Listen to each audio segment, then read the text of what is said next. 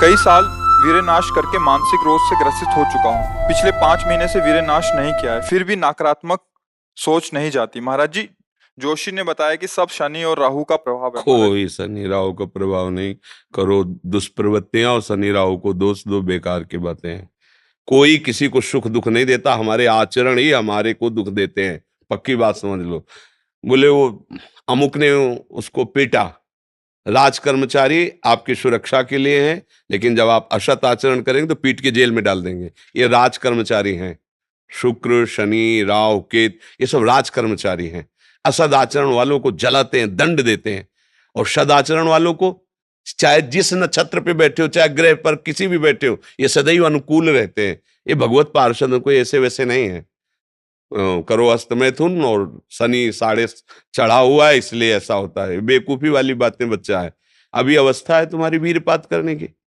गेहूं की फसल तैयार हो रही है, गलेत पे हो। गलेत माने होता है दाना अभी पड़ रहा है, और आप उसको काट लो तो ना भूसा होगा ना दाना होगा, व्यर्थ जीवन चला जाएगा। कम से कम 20-22 वर्ष ब्रह्मचर्य का पालन करो, फिर गृहस्थी में जाओ। संतान तेजस्वी होगी, देशभक्त होगी, माता पिता की भक्ति कर। ये क्या है? उद्दंडता बच्चा, ये कहीं भी सुख प्रदान करने वाली नहीं। ज्योतिषाचार्य, दुनिया के आचार्य सब उसी परम पिता परमात्मा के ज्ञान को ही बता रहे हैं।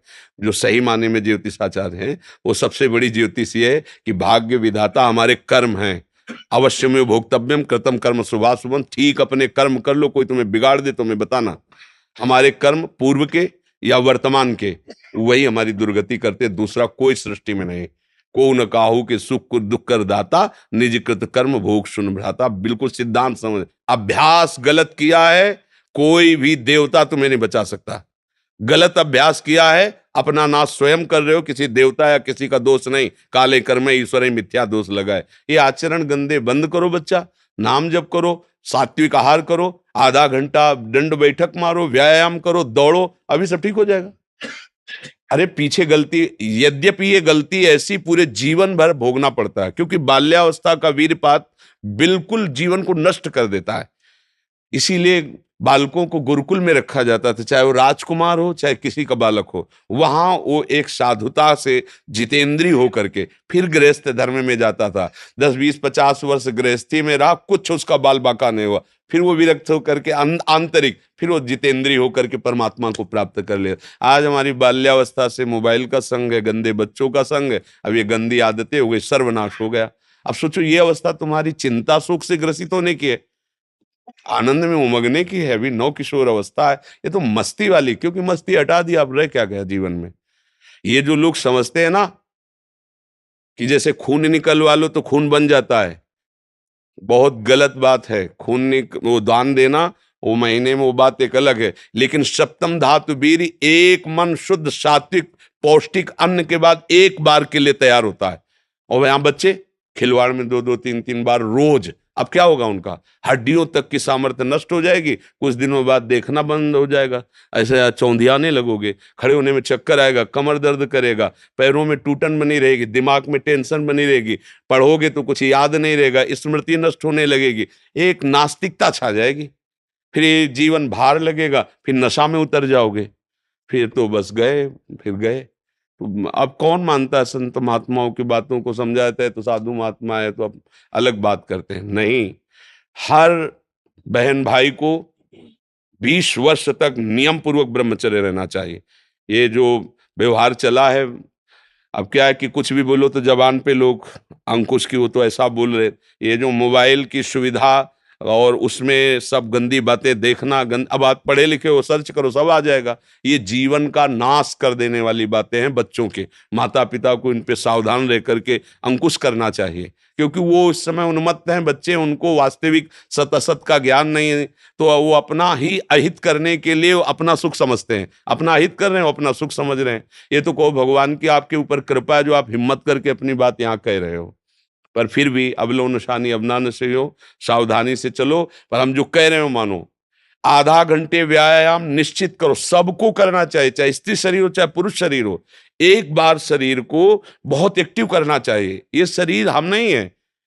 जैसे आप मोटरसाइकिल सुबह सुबह आप बैठो तो पहले क्या करते हैं? हाई रेस में डाल करके उसको एकदम गर्म करते हैं ना, सब खुल जाए, अब चलो ऐसे हाई रेस में इसको लाओ, 10-15 मिनट दंड बैठक, व्यायाम, प्राणायाम, आसन आदि के, फिर अपनी दिनचर्या करते हो तो आप संयमी रहोगे, आपके प्राण पुष्ट रहेंगे, आपका अन्न पचेगा, कोई भी चोट आदि बहुत कम मात्रा में आपको कष्ट देगी, हर बीमारी से लड़ने के सामने। अब यहाँ सुबह 10 बजे तक सो रहे हैं, व्यायाम क्या करेंगे, प्राणायाम क्या करेंगे, आसन क्या करेंगे? सूर्य जिसके सोने पर उदय हो गया उसकी आयु, बुद्धि, स्त्री, कांति सब क्षीण हो जाती, कौन मानता है? रात्रि के 2-2, 3-3 बजे तक जगना और सुबह 10-11 बजे तक सोना, ये दिनचर्या है। तो हमारी राय है सात्विक भोजन कीजिए और व्यायाम कीजिए। करते हो व्यायाम? है? हाँ, कभी ये कोई ऐसा तो, और कभी कभी जो व्यायाम करते हो बीमारियों का निमंत्रण देते हैं। आज आप लगाओ 20 दंड और 50 बैठक और 5 दिन छोड़ दो, पूरा शरीर दर्द करेगा, फिर लगाओ फिर वह दर्द करेगा। रोज अगर नियमित करोगे तो वही पच करके आपके शरीर को पुष्ट करेगा। ये शरीर दुर्लभ बात है, दुर्लभो मानुषो देहो, लेकिन एक क्षण में नष्ट हो जाने वाला है। इसकी दुर्लभता है, संयम नियम से चलकर स्वरूप बोध कर लो या भगवत भजन करके भगवत प्राप्ति कर लो।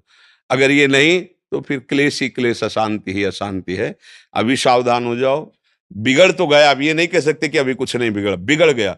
अगर कभी 25 वर्ष के बाद गलती हुई है तो हम उसे कह सकते हैं कुछ नहीं बिगड़ा, क्योंकि तुम्हारा पुष्ट है जीवन पूर्व से, अब आगे बढ़ो। लेकिन बच्चापन से ये जो रोग लग रहे, 13-14 वर्ष का बच्चा है और उसकी हालत ये है कि उसे वैद्य के द्वारा औषधियां दिला करके उसे ठीक करने की चेष्टा कर रहे हैं। क्या हुआ? ये 13-14 वर्ष की अवस्था, इसमें तो उधर वृत्ति ही नहीं जानी चाहिए, मस्ती होनी चाहिए, एक अलौकिक मस्ती, ये किशोर अवस्था है। पर आचरण और संग ऐसे हो गए कि अब कैसे कहें। सात्विक आहार करो, व्यायाम करो और थोड़ा भगवान नाम जप करो। माता पिता के चरण छूते हो? नहीं, माता पिता के चरण नहीं छूना, माता पिता की अवहेलना करना, कहां से बुद्धि आएगी? अपने बुजुर्गों को प्रणाम करना, संतों को प्रणाम करना, माता पिता, रोज बुद्धि शुद्ध होती है। प्रातः काल उठ के रघुनाथा, मात पिता गुरु नाम ही माथा, तो ये सब लिखी बातें रह गई। नए नए बच्चे हाय हेलो शुरू है, मिलेंगे तो क्या कहे, पहले कहते जयराम जी की, नहीं गांव में कहते थे राम राम भैया, राम राम कहते, अब क्या कहते, हाय तुम्हारा दुर्भाग्य हमारा दुर्भाग्य। ले बच्चे नहीं कहते हाय, हाय जानते हो कब का, हाय ये हो गया, मतलब बुरे को कहते हाय, और यहाँ शुरुआत में भी कहेंगे कि हाय, कि हमारा तुम्हारा दोनों का दुर्भाग्य है हाय। और पहले कहते राम राम, तो वो भी बोले राम राम भैया राम राम, 4-6 बार नाम हो गया, कितना मंगल नाम हुआ। पहले नाम रखे जाते थे, राम कुमार, शिव कुमार, कृष्णदास, ऐसे। और अब क्या नाम, गप्पू लप्पू, जब तक क्या नाम, मतलब उनका कोई अर्थ नहीं, कोई महत्व नहीं। ये माया का खेल बड़ा विचित्र है, फंसाता चला जा रहा है ऐसी जगह जहां कहीं भी। अरे नारायण नाम पुत्र का रख दिया तो उसको भगवत प्राप्ति हो गई। अंतिम समय याद आ गया पुत्र की और बुलाया नारायण, तो भगवान के पार्षद आ गए, कथा है, बचा लिया। अगर हम परिवार में भगवान नाम रखें, थोड़ा नाम कीर्तन करें, भगवत चर्चा करें और बच्चों को बैठाल के संकोच न करें। माता पिता को चाहे, एक हम जानकारी के भक्त, वो अब संन्यास ले चुका है बच्चा, वो उसकी माँ ऐसे समझाती है जैसे मित्र से, कि देखो बेटा तुम जवान हो रहे हो, तुम्हारा मन ऐसे भोगों की तरफ जाएगा, ऐसी ऐसी क्रियाएं भोगों की होती हैं, क्या तुम शुरू कर दिए? तो उसका नहीं मम्मी। क्या क्या तुम्हारे मन में ऐसा आता है? आता तो है, बिना हमारे, हम तुम्हारे मित्र भी हैं, तुम्हारी माँ भी है, बिना हमारी अनुमति के तुम ऐसा आज वही सन्यासी है। वो जब हमसे बात करे तो हम कहा प्रणाम है तुम्हारी माँ को। बोले मुझे अगर संभाला तो मेरी माँ ने संभाला। मतलब बचपन से बैठाल कर हमको सारी बातें बताती रही कि ऐसी ऐसी गलतियां होती, ऐसी ऐसी बात होती, तुम्हारे अंदर तो नहीं। तो हमका इच्छा है पर अभी नहीं है। आज उसने उसको सन्यासी बनाकर खड़ा कर दिया, भगवत मार्ग का पथिक बना दिया। मंदालसा ने अपने चारों पुत्रों को ब्रह्मबोध करा दिया। माता पिता का प्रथम रोल होता है। अब वो शर्म लिहाज इसमें क्या करना, बच्चा हमारा गड्ढे में गिरने जा रहा है, हम शर्म लिया, बैठा लो उसको पास में। देखो मोबाइल में गंदी चीजें तो नहीं देखते, गंदे बच्चों को संग तो नहीं करते। अगर आप ऐसा करते हैं तो नहीं करना चाहिए। उनका मैसेज देखें, उनका मोबाइल देखें, उनकी चेकिंग करें, उनकी मानसिकता को समझे। गलत हो गए हो तो उनको प्यार दुलार से, बड़ी कोई बात नहीं, गलती सबसे होती है, सुधार करो। मतलब उसको इतना पुष्ट करो कि वो बोझा ना लादने पावे और आगे निकल जाए। भाई इतनी फुर्सत का है माता पिता, वो अपने ही मनोरंजन से फुर्सत ले, वो अपने ही मन को संभालने में परेशान है। इसलिए अच्छा है बच्चा, सावधानी से चलो, अब कभी मत करना। क्योंकि इस क्रिया में क्या होता है कि नस नाड़ियां इतनी कमजोर हो जाती हैं कि फिर आगे चलकर आप करोगे भी नहीं पर वो शक्तिपात हो जाएगा, मतलब नष्ट हो जाएगी वीर शक्ति। वो आपको ऐसा लगेगा कि हमने तो कुछ किया ही नहीं और वो ऐसे हो जाएगा, मतलब नस नाड़ियां एक, ये हम अनुभव की बात कहते हैं जो हमसे मिले हैं साधक, कि स्नान कर रहे हैं कोई हमारी क्रिया नहीं हुई, पर ऐसे हम सोने जा रहे हैं पर कुछ क्रिया नहीं है, ऐसे छू गया तो ऐसे बिल्कुल शक्तिहीन हो जाता है। तो ये अपना नाश करना है। कुछ दिनों बाद नींद आना बंद हो जाएगी, कुछ दिनों बाद दिमाग में निगेटिव केवल रह जाएगा, नकारात्मक सोच रह जाएगी।